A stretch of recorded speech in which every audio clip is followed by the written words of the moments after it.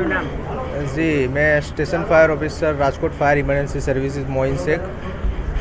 સવારે 8:52 Rajkot fire control રૂમમાં એક મેસેજ મળ્યો હતો કે સોલવેન્ટ વિસ્તારના અંદર ન્યૂ એરા કરીને એક ઇન્ડસ્ટ્રીઝ છે, એમાં ફાયર થઈ છે. ફર્સ્ટ ટર્નઆઉટમાં કોઠારિયા ફાયર સ્ટેશનથી એક ફાયર ટેન્ડર અહીંયા ઘટના સ્થળે પહોંચ્યું હતું.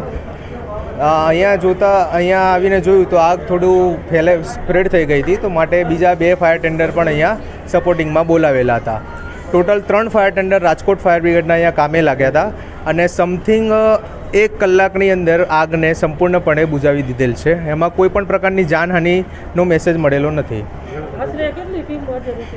અહીંયા અમારે સમથિંગ 25 ફાયર ફાઇટર અહીંયા અવેલેબલ છે. નુકસાનની જાણકારી હજુ મળી નથી.